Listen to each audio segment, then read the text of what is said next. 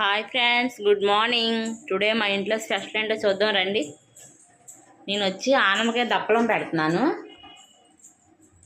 ఇది వచ్చి ఆనమకాయ ముక్కలు ఇలా పెద్ద పెద్దవి కోసుకోవాలి దప్పలానికి కాబట్టి.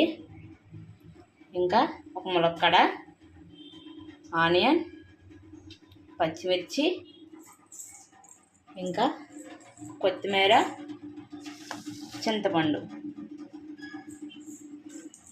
బాండీ పెట్టుకొని ఆయిల్ లైట్గా వేసుకుందాం, ఎందుకంటే మళ్ళీ పోపు వేస్తాను నేను.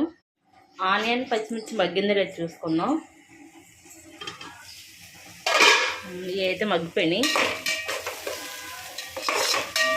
ఇప్పుడు ఆనమకాయ ముక్కలు ఈ ముక్కలన్నీ వేసుకుందాం.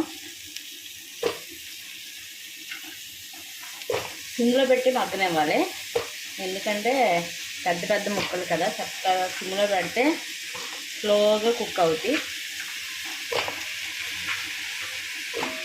హైలో పెడితే ఆనమకాయ మగ్గిందో లేదు చూద్దాం. ఆనమకాయ ముక్కలు అయితే మగ్గిపోయినాయి, చక్కగా బాగా కుక్ అయినాయి. ఇప్పుడే ములక్కడ ముక్కలు వేసుకొని హైలో పెట్టేసుకుందాం. ములక్కాయ ముక్కలు వేసుకొని కారం వేసుకుందాం సరిపడా. చింతపండు పులుసు పోస్తాను కదా, కారం ఎక్కువ పడుతుంది. తర్వాత కొంచెం వాటర్ వేసుకుందాం. వేసుకొని ఒకసారి కలిపి మగ్గింది చూద్దాం. వాటర్ అయితే ఇంగిపోయింది కదా,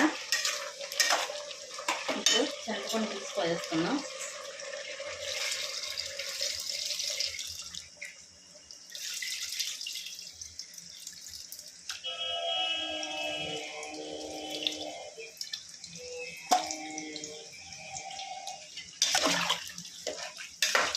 కొంచెం పడద్దు, ఇంకా కొంచెం వేసుకుందాం.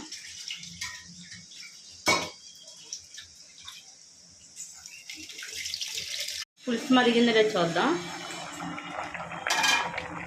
పులుసు అయితే మరిగిపోయింది, బాగా కుక్ అయింది.